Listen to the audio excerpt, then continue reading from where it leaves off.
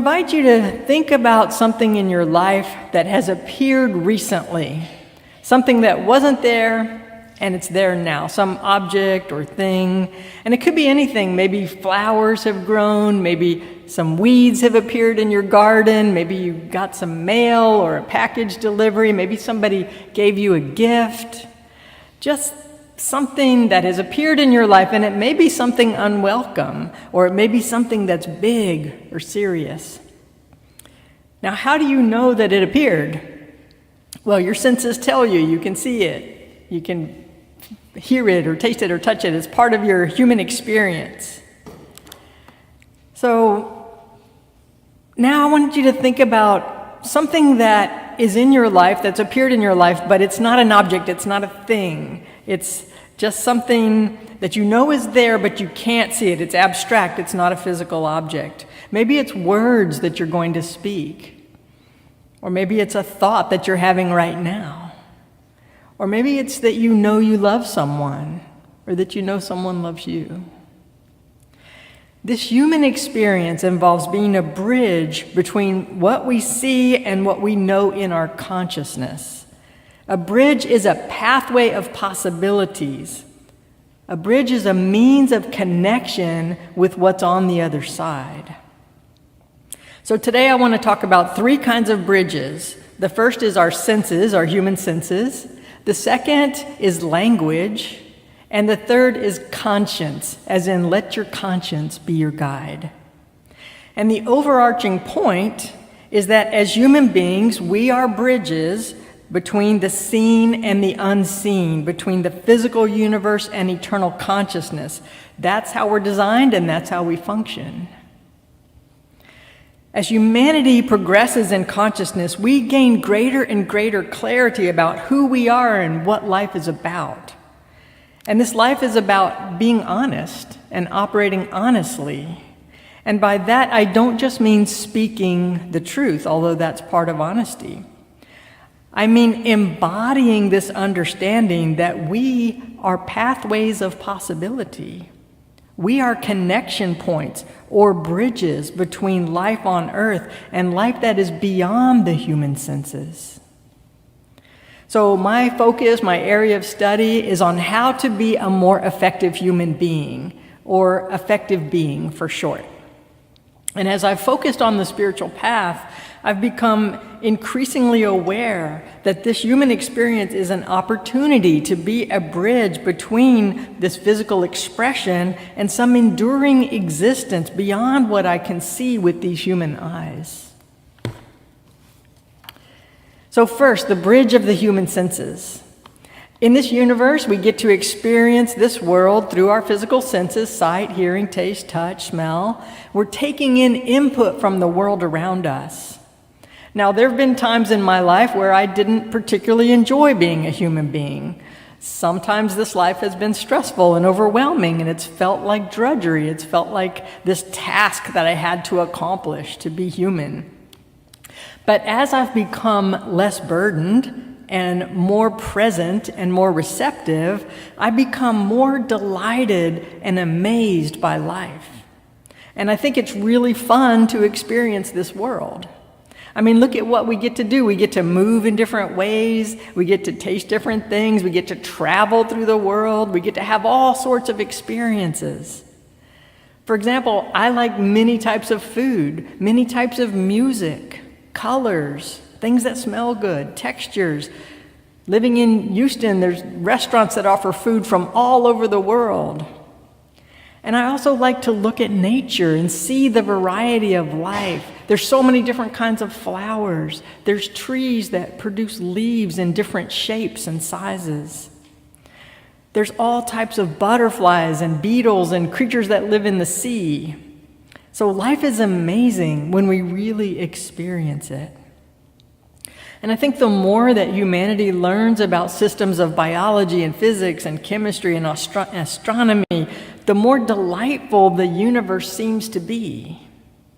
From the microscopic, detailed ways to the immense cosmological ways that things work in this universe, it's wondrous. The designs are so ingenious. So with our human senses, we get to experience this world, and these senses are a bridge between the physical experience and the consciousness that transcends the world. Now, some spiritual pathways tend to denigrate this world. They say that this time-space reality is fake, it's an illusion, it's not real, it's imaginary. And what they mean, of course, is that thinking that this is all that there is, that is misguided.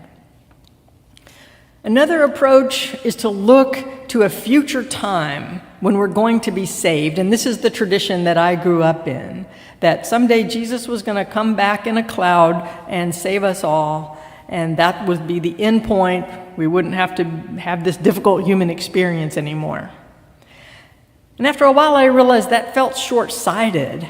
I mean, if that's what we're going to, why not just cut to that part? Fast forward. Why do we have to go through all this? What's the point? So on the spiritual journey, I think what we learn is to be present in the here and now and appreciate our opportunities to progress. We learn to take in these earthly experiences and see them as pathways of possibility. Now, not everything is pleasant about being a human being. There's some things we'd rather not experience. Maybe you've tasted sour milk or been in a cloud of dust or been around some loud, jarring noises. There's plenty of unpleasant options. Also, we do live in a world where things appear and disappear, and some loss feels truly tragic. It's a package deal.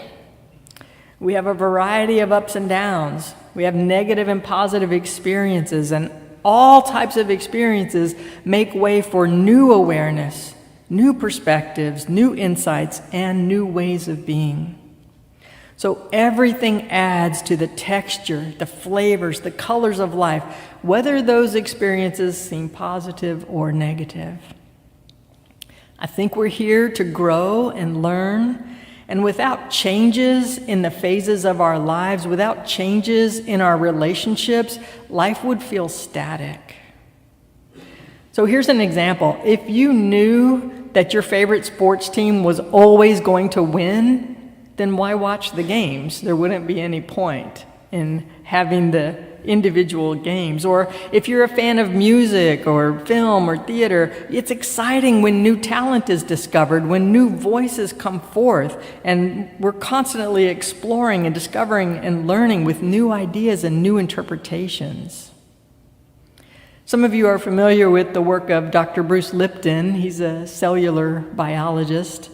And he was a professor at Stanford and elsewhere, and he tells this story that he remembers the exact moment when he realized that we are actually eternal consciousness expressing, that we have this enduring consciousness, that we are spirit. And he says, then he asked, well, why have a body? Why do I need this body if I'm this eternal consciousness, this spirit? And the answer came to him, without a body, how would you know what chocolate tastes like? So we get to experience this world through our human senses and marvel at the amazing design of this universe while knowing that this is not all there is. In this human experience, material objects appear and disappear. Water evaporates, wood rots, clouds come and go, babies are born, people die. Sometimes we lose things that we value highly. So life is tragic and beautiful, and we get to have all sorts of feelings about it. And understanding that our senses are a bridge helps us to be present and open to what is happening so that we can acknowledge our feelings and deepen and enrich our lives on this planet. The second bridge I want to talk about is the bridge of language. With language, we take what is in our minds and we make it known in the world. With language, we create things, we rework, we organize, we release what needs to be released. Language is a bridge that connects the non-physical and the physical realms, the unmanifested and the manifested worlds. In other words, we communicate our ideas and we figure out how to produce results. And we do that with language. So what is language? For this distinction, I go to the work of Dr. Fernando Flores. He teaches that language is action that coordinates action. That language is action that coordinates action. So incoherent babble wouldn't be language, that would just be noise. So this would incorporate any type of communication, math, music, signs, symbols, just any form of communication that prompts or leads to or influences or organizes other actions. Language is a fundamental way that consciousness is made known in this world. Through conscious thought, things are brought into existence. So it's effective to use language mindfully. In cultures, we have this archetype of the sage, the wise man, the wise woman. They're usually depicted as living a quiet, solitary, simple life. Sages, the wise man, the wise woman, they're not known for complaining or gossiping or just denigrating other people. They don't engage in shallow conversations. They speak with wisdom, and they express thoughts effectively. And what they say is worth hearing. So one way that we can use language mindfully is to realize that declarations are a means of creation. A declaration brings forth a space of creation, of operation. Before something can exist, it has to have space to operate. Just for an example, before playing a sport, the field of operation, the field of that sport is declared. These are the boundaries. This will be out of bounds. This will be in bounds. Before producing a play, you declare the space of the theater. This is the stage. This is the topic that we're going to cover. So we declare openings and closings with language. And the most effective way to make a declaration or relate any other type of expression is to speak from being instead of from ego. Now, we need an ego to exist in the world, but the ego can't tell us anything about our eternal beingness. Higher consciousness is not the domain of the ego. The ego is subject to doubts, worries, fears, insecurities, defensiveness, blame. So blurting out what our limited personal human self is thinking can be very ineffective.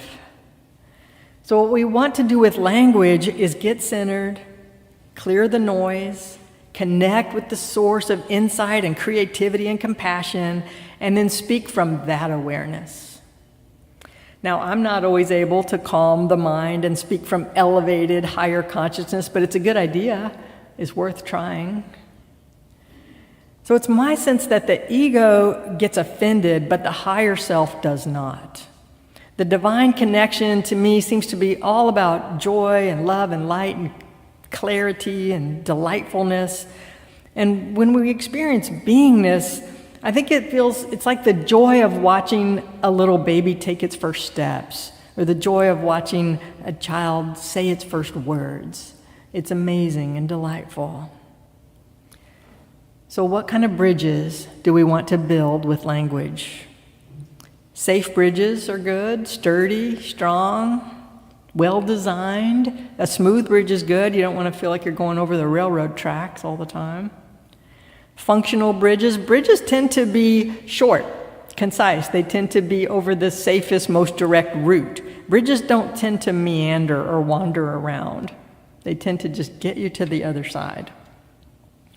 So speaking from being or from the light of being brings forth clarity and understanding and produces effective results. Have you ever had a moment when some profound words came out of your mouth and you didn't know where they came from?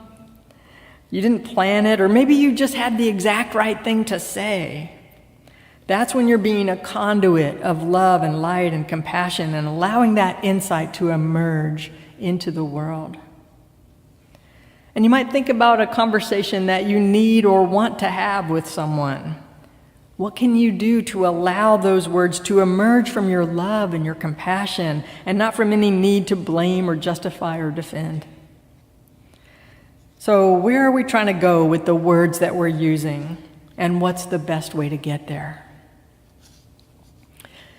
And third, I want to talk about conscience as a bridge, the bridge of conscience. And by conscience, I mean the summation of learning, the divine storehouse of personal and shared knowledge. You know that saying, let your conscience be your guide. Conscience functions as a bridge, connecting the mundane and the eternal, the everyday and the sacred. In other words, conscience is a mediator between appearances in this universe and universal consciousness. Listening to conscience gives us access to wisdom.